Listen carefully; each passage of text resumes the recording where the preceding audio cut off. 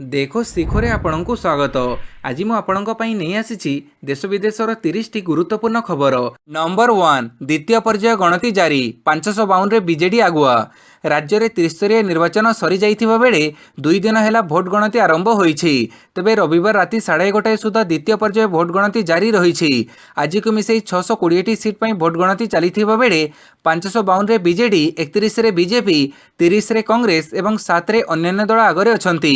प्रथम पर्यायर 315 आसन में गणति होइथिला। रविवार द्वितीय पर्यायर 306 जोन रे भोट गणति चली।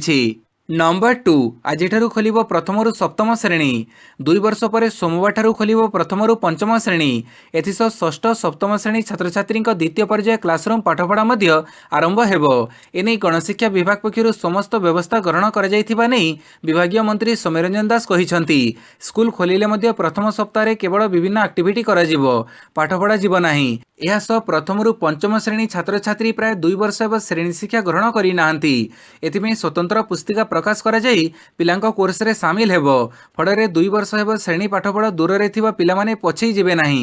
नंबर 3 जिला परिषद जोन गणतिर प्रथम दिनर फलाफल घोषित। पंचायत निर्वाचन में होइथिबा मतदान गणति शनिवार आरंभ होईछि। शनिवार 315 जिला परिषद जोन पई पड़िथिबा भोट गणति होइथिला। काली संध्यारे प्रथम दिनर फलाफल आसीछि। गणति होइथिबा 315 जोन मध्यरु 314 टीर चूड़ांत फलाफल सामना को आसीछि।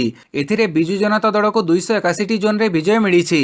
Bharatiya Janata party 15 T zone रे विजयी होइथिबा बेले कांग्रेस 14 टी जोन को दखल करिछि। अपरपक्षे स्वाधीन प्रार्थी 2 टी जोन रे विजयी होइथिबा बेले अन्य माने 2 टी जोन रे जितिछंती। पंचायत निर्वाचन रे मतदाता माने बीजेडी उपरे भरोसा रखी भोट देइछंती। अतीत रे जोठी बीजेपी और कांग्रेस भल प्रदर्शन करिथिले सेही स्थान गुड़िकरे मध्ये चलित पंचायत निर्वाचन रे बीजेडी तार काया बढ़ेइछि। नंबर 4 बेलारूस रे रूस सहित शांति आलोचना प्रस्ताव को ग्रहण कला यूक्रेन। बेलारूस रे यूक्रेन सह शांति आलोचना पई रूस देइथिबा प्रस्ताव को काली यूक्रेनीय राष्ट्रपति जेलेनस्की प्रत्याख्यान करि देइथिले। बेलारूस को छाड़ी अन्य को स्थान रे आलोचना हेले यूक्रेन आलोचना पई राजी बोली कहिथिले राष्ट्रपति जेलेनस्की। हेले एबे खबर मिलुछि जे बेलारूस रे रूस सहित शांति आलोचना प्रस्ताव को यूक्रेन ग्रहण करिछि। बेलारूस सीमा रे रूस सह आलोचना करिबा को यूक्रेन राजी होइछि बोली न्यूज एजेंसी एएफपी सूचना देइछि। अन्य पक्षरे रूसर राष्ट्रपति व्लादिमीर पुतिन परमाणु प्रतिरोधी बल को सतर्क रहिबाकू कहिसंती। तेबे आलोचना पर युद्ध समाप्त हेबो कि आहुरी बढ़िबो से प्रश्न बे समस्तक मनरे। पाणीपाग सूचना आसंता 5 दिन राज्य में गरम कि शीत हेबनी। राज्य में पाग सुखिला रहिबो। आसंता 4 रु 5 दिन में ओडिशार सर्वनिम्न रात्रि तापमात्रा सर्वाधिक दिन तापमात्रा रे विशेष परिवर्तनर संभावना नाही। राज्य में तापमात्रा एभड़ी रहिबो। अधिक गरम गुड़ुगुड़ी किंबा शीत अनुभूत हेबो नाही। नंबर 6 खार्किव रे भयंकर विस्फोरण गैस पाइपलाइन उड़ेला रूस। दिनक दिन भयंकर होई चलीछि रूस यूक्रेन युद्ध। चतुर्थ दिन पर रूस लगातार भाव में यूक्रेन उपरे रॉकेट सांग को गुड़ीमाड़ वर्षा करि चलीछि। धीरे धीरे यूक्रेन राजधानी कीव को दखल करबा पई आगकू बढ़ी चलीछि रूस। एहारी भितरे काली रूस सेना यूक्रेन द्वितीय बृहत्तम शहर खार्किव रे एक गैस पाइपलाइन उड़ेई देइछंती। सेपटे राजधानी कीव ठारू 4 किलोमीटर दूर रे रूस सेना रही गुड़ीमाड़ जारी रखिछि। सेहीपरि दक्षिण पूर्व यूक्रेन रे थिबा एक प्रमुख शहर को गत राति रे रूस बाहिनी अख्तियार करि नैथिबा जणा पड़िछि। मेलिटोपोल शहर को रूस अख्तियार करबा सह सबु गुरुत्वपूर्ण प्रतिष्ठान को निज नियंत्रण को नैछि। रूस कीव समेत यूक्रेन रो समस्त प्रमुख शहर रे मिसाइल एवं बोममाड़ जारी रखिछि एवं यूक्रेन सेनार समस्त प्रमुख प्रतिष्ठान को ध्वंस करिथिबा दाबी करिछि। नंबर 7 बाइडेन बड़ बयान तृतीय विश्वयुद्ध ही एकमात्र विकल्प। यूक्रेन उपरे जारी रही रूसर घन घन आक्रमण। चारिपटू यूक्रेन को घेरी रॉकेट और मिसाइल माड़ करुछंती रूस सेना। सेपटे अमेरिकार राष्ट्रपति जो बाइडेन ए संपर्क में एक बड़ बयान देइछंती। रूस उपरे लगा जाइथिबा प्रतिबंधकर एकमात्र विकल्प हेउछि तृतीय विश्वयुद्धर प्रारंभ बोली से कहिसंती। युद्ध परिस्थिति भितरे बाइडेन एही बयान को नहीं चर्चा जोर धरिछि। बाइडेन एक साक्षात्कार में कहिसंती एकमात्र विकल्प हेउछि रूस सह युद्ध करा जाऊ एवं तृतीय विश्वयुद्धर प्रारंभ हेउ। द्वितीय विकल्प हेउछि जो देश अंतरराष्ट्रीय नियम विरोध में जाए से गभीर परिणाम भोगी थाए। राजनैतिक आर्थिक प्रतिबंधक इतिहास रे सबुठु व्यापक प्रतिबंधक अटे बोली अमेरिका राष्ट्रपति कहिसंती। नंबर 8 यूक्रेन संकट पई अमेरिका को दायी कला उत्तर कोरिया। यूक्रेन संकट पई अमेरिका को दायी करिछि उत्तर कोरिया। अमेरिकार खड़ प्रकृति पई रूस यूक्रेन मध्य युद्धर सूत्रपात बोली उत्तर कोरिया कहिछि। रूसर आक्रमण को उत्तर कोरिया सीधासड़क समर्थन न करी परोक्षरे समर्थन करिछि। उभय देशर युद्ध विपर्यय पई उत्तर कोरिया अमेरिका को दायी करिछि। रूसर सुरक्षा प्रसंग में वाशिंगटन परोक्ष मुंड खेड़ेबा और यूक्रेन को ढाल कर मंदखेड़ रजुला बोली उत्तर कोरिया कही अमेरिकार निजर बड़पण नहीं अधिपत्य जाहिर कर मानसिकता और अजथा हस्तक्षेप युद्ध परिस्थिति उपजिला बोली उत्तर कोरिया कही। नंबर 9 अमेरिका सह थिबा परमाणु चुक्ति ओहरिबार रूसियार धमक। यूक्रेन उपर रूसियार आक्रमण पर अमेरिका और पाश्चात्य देश माने रूसिया उपर कठोर आर्थिक कटकणा लगेइछंती। यार जवाब देवाकू धमक देइछि मस्को। रूसिया रे थिबा पाश्चात्य देशों संपत्ति जबत करने सह कूटनैतिक संपर्क छिन्न करने को मस्को धमक देइछि। एपरिकी अमेरिका सह कराଯାଇଥିବା अणुअस्त्र चुक्ति ओहरिबाकू रूसिया धमक देइछि। रूसियार पूर्वतन राष्ट्रपति तथा रूसिया निरापत्ता परिषदर उपसभापति डिमिट्री मेडवेड कहिसंति जे अमेरिका सह कराଯାଇଥିବା अणुअस्त्र चुक्ति ओहरि जिवु। एही चुक्ति अनुसार दुई देश मध्य थिबा अणुअस्त्र गुडी को पर्यायक्रमे सीमित कराजिबार योजना रहिछि। पाश्चात्य देशमानक सह कूटनैतिक संपर्क छिन्न कराजिवो। रूसिया रे थिबा पाश्चात्य देश लोकमानकर व्यक्तिगत संपत्ति को जबत कराजिवो। से आहुरी मध्ये कहिसंति सारा विश्व रे हमको धमक दिया जाउछि ओ हम लोकन को हैरान करा जाउछि, किंतु यहाको नहीं आमे भयभीत नाहु। नंबर 10 भारतीय नागरिकों पई एमईए खोलिला नुआ ट्विटर हैंडल। यूक्रेन रे फसिथिबा भारतीय नागरिकों को सुरक्षित उद्धार करिबा कार्य जारी रहिछि। सरकार ऑपरेशन गंगा माध्यम रे उद्धार करूछंती। एहरी भितरे रविवार प्रधानमंत्री नरेंद्र मोदी निज बासभवन रे सुरक्षा प्रसंग रे एक गुरुत्वपूर्ण बैठक करिछंती। एथिरे यूक्रेन संकट उपरे विस्तृत भावे आलोचना करे जाइछि। एहरी भितरे वैदेशिक व्यापार मंत्रालय यूक्रेन रे फसिथिबा भारतीयों को सहाय्य करिबा पई एक नुआ ट्विटर अकाउंट खोली। यह जरिए फसी रही छात्र और नागरिक निजर सूचना दे पारे, फल सरकार तांको उद्धार करें। याछड़ा वैदेशिक व्यापार मंत्रालय निज नागरिकों को सहाय्य करने 24 घंटिया कंट्रोल रूम आरंभ करिछि। नंबर 11 भारतीय नागरिकों को आनिबापई ऑपरेशन गंगारे जोगदेला इंडिगो। यूक्रेन रे अटकी रही भारतीय नागरिकों को आनिबापई ऑपरेशन गंगारे जोगदेला इंडिगो। यह विमान दिल्ली, इस्तानबुल, बुदापेस्ट रूट रे उड़ीबा सह सुरक्षित भाव भारतीयों को स्वदेश आनिबो। ऑपरेशन गंगारे सामिल हेबा परे प्रथम इंडिगो विमान इस्तानबुल अभिमुखे यात्रा कर सारिथिबा जणा पड़िछि। या पूर्व केवल एयर इंडिया यह अभियान रे सामिल होइथिला। रूस युद्ध घोषणा करने पर वैदेशिक सचिव हर्ष भी श्रृंगला गुरुवार दिन यूक्रेन रे फसी रही नागरिकों को स्थानांतर करने ऑपरेशन गंगा आरंभ करने को घोषणा करथिले। यूक्रेन रु स्थानांतर प्रक्रियार संपूर्ण खर्च सरकार बहन करिवे बोली हर्ष भी श्रृंगला कहिथिले। नंबर 12 आम उपरे होई पारे परमाणु आक्रमण, सतर्क करैले पुतिन। यूक्रेन उपरे आक्रमण करी छारखार करि दैथिबा रूस निज देश प्रति एक महाविपत्तिर आशंका करिछि। केतेबेले भी रूस उपरे होई पारे परमाणु हमला। एथिपई निज देशर परमाणु बाहिनी को सतर्क रहिबाकू रूस राष्ट्रपति व्लादिमीर पुतिन सतर्क करैछंती। यूक्रेन प्रति पश्चिम देश माने सहायता देबाकू आगे आसिबारु रूस निज प्रति विपद आशंका करिछि। काळे परमाणु आक्रमण होई पारे से आशंकारे रूस अधिक सतर्क होइछि। एथिपई परमाणु निष्क्रिय बल को अलर्ट रहिबाकू रूस राष्ट्रपति व्लादिमीर पुतिन अलर्ट करिछंती। नंबर 13 मनरेगा रे लोकपाट नियुक्त करिनथिबा राज्य को झटका, मिलिबनी पांठी। केंद्र सरकार आसंता वर्षठू रोजगार ग्यारंटी योजना मनरेगा पाई सही राज्यगुड़ी को राशि आवंटित करिवे नाही, जो माने योजना लागू करी मध्य निजर 80% जिले में लोकपाट नियुक्त करि नाहंती। एही सूचना रविवार जने शीर्ष सरकारी अधिकारी दैछंती। केंद्रीय ग्रामांचल विकास मंत्रालय पक्षरु मिलिथिबा सूचना अनुसार बीजेपी शासित गुजरात, अरुणाचल प्रदेश एवं गोवा, तेलंगाना, पुडुचेरी, अंडमान निकोबर द्वीपपुंज, लक्षद्वीप, दादरा एवं नगर हवेली परी राज्य एवं केंद्र शासित अंचल गोटिए हेले लोकपाट नियुक्त करि नाहंती। एही परी कांग्रेस शासित राजस्थान परी अन्य राज्य में बहुत कम जिले में लोकपाट नियुक्त कर मंत्रालय सचिव नागेंद्र नाथ सिन्हा कहिसंती राज्यगुड़ी को निजर समस्त जिले में लोकपाट नियुक्त करने उचित। जदि लोकपाट नियुक्त न करती तेबे आसंता वर्षठू एही योजना अंतर्गत राशि आवंटित कराजिब नाही। नंबर 14 बाइडेन को ढोल परी बजाउछंती पुतिन, कहिले ट्रंप। यूक्रेन उपरे रूसर आक्रमण को नहीं निज मत बदलिले अमेरिकार पूर्वतन राष्ट्रपति डोनाल्ड ट्रंप। रूसर यह आक्रमण को भयावह घटना कहवा सह ताको निंदा करिसंती। एथिसह वर्तमान अमेरिका राष्ट्रपति जो बाइडेन उपरे बर्षिसंती ट्रंप। पुतिन बाइडेन को ढोल परी बजाउछंती बोली कहिसंती ट्रंप। बड़ दुखर कथा, पुतिन बाइडेन को ढोल परी बजाउछंती। ताहा देखिबाकू भल लागु नहीं बोली रूस यूक्रेन युद्ध में अमेरिकार भूमिका संक्रांत में मंतव्य देई पूर्वतन राष्ट्रपति डोनाल्ड ट्रंप कहिसंती।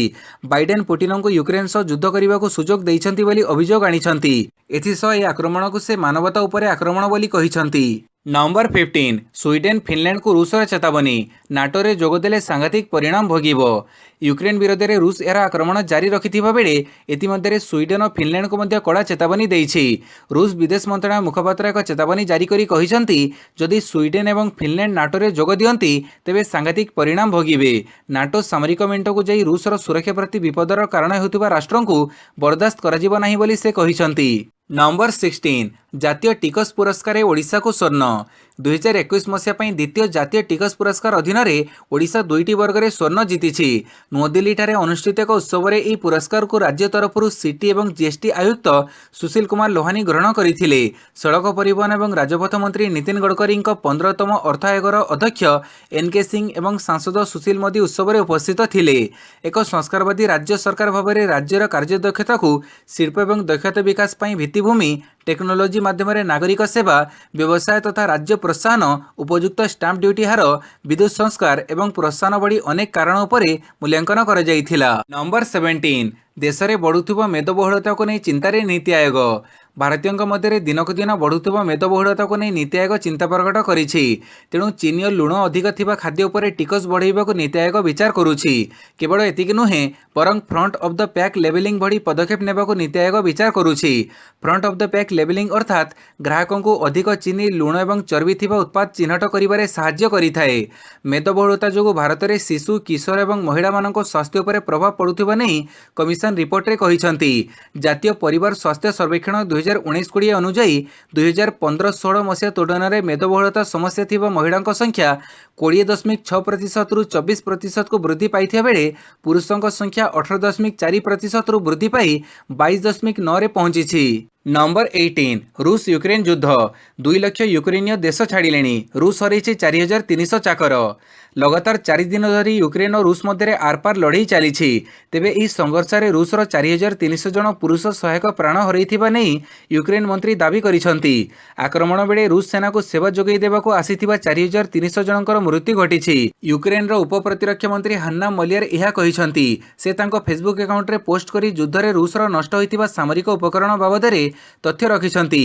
ଲଢ଼େଇ ପାଇଁ ଆସିଥିବା ରୁଷର 146ଟି ଯୁଦ୍ଧ ଟ୍ୟାଙ୍କ ନଷ୍ଟ ହୋଇଥିବା ବେଳେ 27ଟି ଏୟାରକ୍ରାଫ୍ଟ ଏବଂ 26ଟି ହେଲିକପ୍ଟର ନଷ୍ଟ ହୋଇଛି।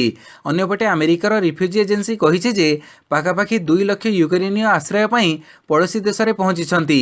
ଜୀବନ ବଞ୍ଚାଇବା ପାଇଁ ୟୁକ୍ରେନ ଲୋକ ଦେଶ ଛାଡ଼ୁଛନ୍ତି ବୋଲି ସେ କହିଛନ୍ତି। ନମ୍ବର 19 ବିଜେପିରେ ମିଶିଲେ ଗୁଲାମ ନବୀଙ୍କ ପୁତୁରା।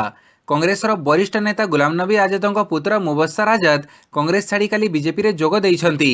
ଜମ୍ମୁ କାଶ୍ମୀରର ତ୍ରିକୁଟା ନଗରରେ ଥିବା ବିଜେପିର ରାଜ୍ୟ ମୁଖ୍ୟାଳୟରେ ମିଶ୍ରଣ ପର୍ବରେ ସାମିଲ ହୋଇଛନ୍ତି ମୁବସ୍ସର। ଜମ୍ମୁର ଦୋଦାରେ ଜଣେ ଯୁବ କଂଗ୍ରେସ ନେତା ଭାବେ ପରିଚିତ ମୁବସ୍ସରଙ୍କ ରାହୁଲ ଗାନ୍ଧୀଙ୍କ ସହ ଘନିଷ୍ଠ ସମ୍ପର୍କ ଥିଲା। ତେବେ ମୁବସ୍ସର ନିଜ ଦାଦା ତଥା କଂଗ୍ରେସ ନେତା ଗୁଲାମ ନବୀଙ୍କ ପ୍ରତି କଂଗ୍ରେସର ଅପ୍ରିୟ ବ୍ୟବହାରରେ ମର୍ମାହତ ହୋଇ ଦଳ ଛାଡ଼ିଥିବା କ୍ଷୋଭର ସହ କହିଛନ୍ତି। ସେ କହିଛନ୍ତି ଯେ କେନ୍ଦ୍ର କଂଗ୍ରେସ ନେତା ଗୁଲାମ ନବୀ ପ୍ରତି ଯେଉଁଭଳି ଭାବରେ ବ୍ୟବହାର କରୁଛନ୍ତି ତାହା ଅତ୍ୟନ୍ତ ଅସହ୍ୟ।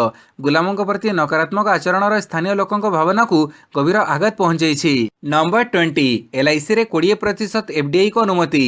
ବହୁ ପ୍ରତୀକ୍ଷିତ ଏଲ୍ଆଇସି ଆଇପିଓରେ ବିଦେଶୀ ନିବେଶକମାନେ ଯେଉଁଭଳି ବହୁ ସଂଖ୍ୟାରେ ଭାଗ ନେଇପାରିବେ ସେଥିପାଇଁ କେନ୍ଦ୍ର କ୍ୟାବିନେଟ୍ କାଲି ଏକ ଗୁରୁତ୍ୱପୂର୍ଣ୍ଣ ନିଷ୍ପତ୍ତି ନେଇଛି। ଅଟୋମେଟିକ୍ ରୁଟ୍ରେ ଏଲ୍ଆଇସିରେ 20% ଏଫ୍ଡିଆଇ ବା ପ୍ରତ୍ୟକ୍ଷ ବିଦେଶୀ ପୁଞ୍ଜି ନିବେଶକୁ କ୍ୟାବିନେଟ୍ ମଞ୍ଜୁରି ଦେଇଛି। ସରକାରୀ ଅଧିକାରୀଙ୍କ ସୂତ୍ରରୁ ଏହା ଜଣାଯାଇଛି। ଅଧିକାରୀମାନଙ୍କ ସୂଚନା ଅନୁଯାୟୀ ଏଫ୍ଡିଆଇ ନୀତିରେ ଏକ ସ୍ୱତନ୍ତ୍ର ବ୍ୟବସ୍ଥା ସାମିଲ କରାଯାଇଛି, ଯାହାଫଳରେ ବିଦେଶୀ ନିବେଶକମାନେ ଅଟୋମେଟିକ୍ ରୁଟ୍ରେ 20% ପର୍ଯ୍ୟନ୍ତ ନିବେଶ କରିପାରିବେ। ଏଫ୍ଡିଆଇ ନୀତି ଅନୁଯାୟୀ ସରକାରୀ ଅନୁମୋଦନ ମାଧ୍ୟମରେ ରାଷ୍ଟ୍ରାୟତ୍ତ ବ୍ୟାଙ୍କରେ 20% ବିଦେଶୀ ପୁଞ୍ଜି ନିବେଶ ସୁଯୋଗ ରହିଛି। ତେଣୁ ଏଲ୍ଆଇସି ଓ ଏ ପ୍ରକାରର ଅନ୍ୟ କର୍ପୋରେଟ୍ ସଂସ୍ଥାରେ 20% ପର୍ଯ୍ୟନ୍ତ ବିଦେଶୀ ପୁଞ୍ଜି ନିବେଶ ସୁଯୋଗକୁ ଅନୁମତି ଦିଆଯାଇଛି। ନମ୍ବର 21 ରୁଷର ବିମାନ ଚଳାଚଳ ଉପରେ କଟକଣା ଲଗାଇଲେ ଫିନଲାଣ୍ଡ ଓ ବେଲଜିୟମ। ୟୁକ୍ରେନ ଉପରେ ଆକ୍ରମଣ କରିବା ରୁଷ ଉପରେ ଭାରି ପଡ଼ିବାରେ ଲାଗିଛି। ଦିନ ଗଡ଼ିବା ସହ ରୁଷ ନିଜର ସୈନ୍ୟ ହରାଉଥିବା ବେଳେ ବିଭିନ୍ନ ଦେଶ ରୁଷ ଉପରେ କଟକଣା ଲଗାଇଥିବାରୁ ଏବେ ରୁଷର ଚିନ୍ତା ବଢ଼ିବାରେ ଲାଗିଛି। କିଛି ଦେଶ ଆର୍ଥିକ କଟକଣା ଲଗାଇଥିବା ବେଳେ ଏବେ ଫିନଲାଣ୍ଡ ଓ ବେଲଜିୟମ ରୁଷ ବିମାନ ଚଳାଚଳ ଉପରେ କଟକଣା ଲଗାଇଛନ୍ତି। ୟୁକ୍ରେନ ଉପରେ ଆକ୍ରମଣ କରିଥିବାରୁ ଏହି ଦୁଇଟି ଦେଶ ରୁଷ ବିମାନ ଚଳାଚଳ ଉପରେ କଟକଣା ଲଗାଇଥିବା ଜଣାପଡ଼ିଛି। ଅନ୍ୟପକ୍ଷରେ ୟୁକ୍ରେନ ଉପରେ ଆକ୍ରମଣ କରିଥିବାରୁ ରୁଷର ରାଷ୍ଟ୍ରପତି ଭ୍ଲାଡିମିର ପୁତିନଙ୍କୁ ଅନ୍ତର୍ଜାତୀୟ ଜୁଡୋ ଫେଡେରେସନର ସମ୍ମାନିତ ସଭାପତି ପଦରୁ ହଟାଇ ଦିଆଯାଇଛି। ନମ୍ବର 22 ୟୁକ୍ରେନକୁ ସାହାଯ୍ୟ କଲେ ଏଲନ ମସ୍କ। ଚାଲିଛି ରୁଷ ଓ ୟୁକ୍ରେନ ମଧ୍ୟରେ ଘମଘଟ ଲଢ଼େଇ। ଆଜି ପଞ୍ଚମ ଦିନରେ ପହଞ୍ଚିଛି ଯୁଦ୍ଧ। ଏନେଇ କାଲି ଏଲନ ମସ୍କ ତାଙ୍କର ବିବୃତ୍ତି ରଖିଛନ୍ତି। ସେ କହିଛନ୍ତି ତାଙ୍କ କମ୍ପାନୀ ସ୍ପେସ୍ ଏକ୍ସର ଷ୍ଟାରଲିଙ୍କ ଉପଗ୍ରହ ବ୍ରଡବ୍ୟାଣ୍ଡ ସେବା ୟୁକ୍ରେନରେ ସକ୍ରିୟ ହୋଇଛି।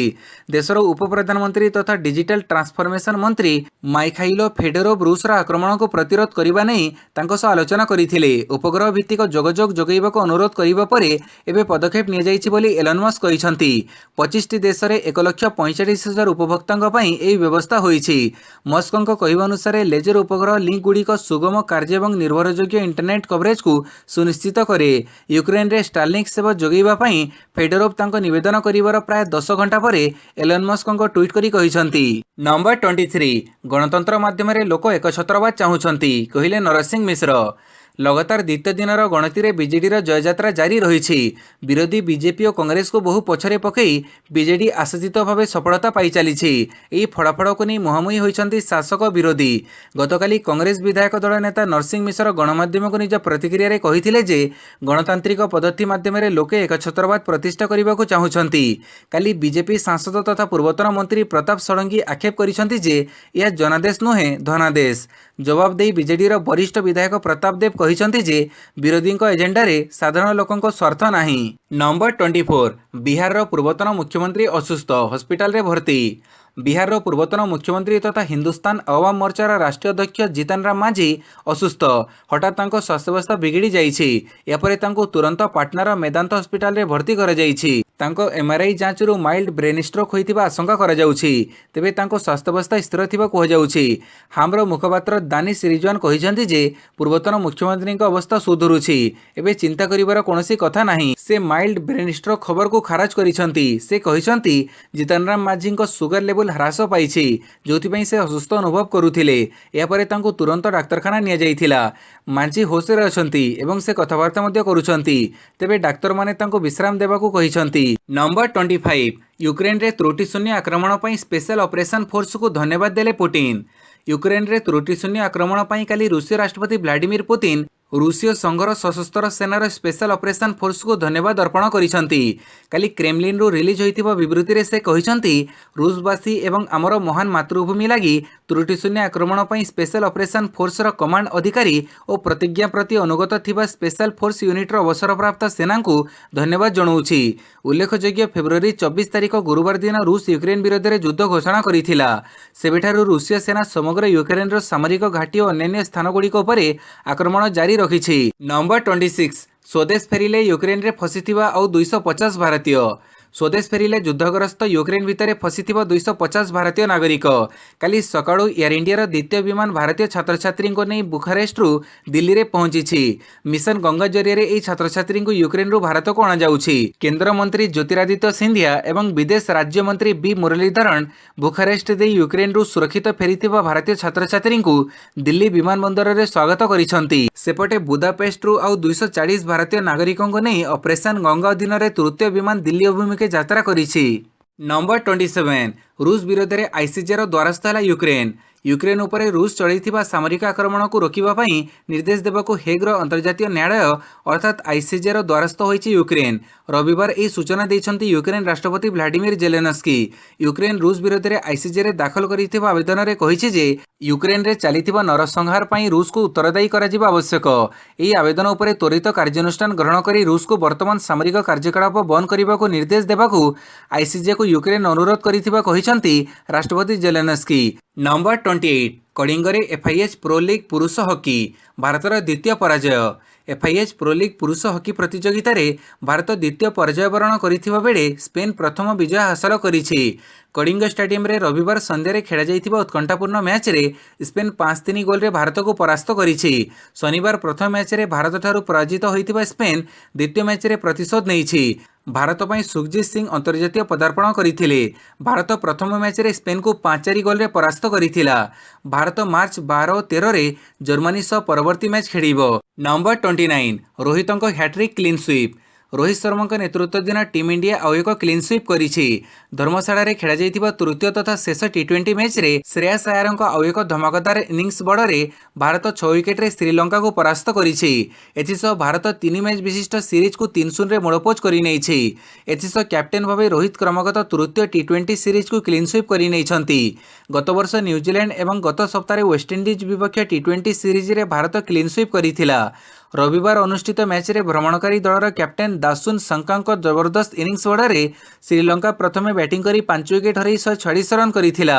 जवाब रे भारत मात्र 16.5 ओवर 4 विकेट हरई 146 रन करी विजयी होईछि। श्रेयस अय्यर 45 बॉल रे अपराजित 73 रन करी मैन ऑफ द मैच और मैन ऑफ द सीरीज विवेचित होइछंती। नंबर 30 पूर्वतन क्रिकेटर विनोद काम्बली गिरफ। टीम इंडिया पूर्वतन क्रिकेटर विनोद काम्बली को मुंबई पुलिस रविवार गिरफ करिछि। काम्बली निशासक्त अवस्था गाड़ी चढ़ाइबा सह निज सोसाइटीर गेट को धक्का देइछंती, जाफଳରେ पुलिस एक्शन नैथिला एवं बांद्रा स्थित तांको घरु तांको गिरफ करिथिला। तेबे से परे काम्बली को जामिन मिली जाइछि। सूचना अनुसार 50 वर्षीय काम्बली मद्यपान करी गाड़ी चढ़ाउथिले। गाड़ी चढ़ाइबा समय निज सोसाइटीर गेट को जोरदार धक्का देइथिले।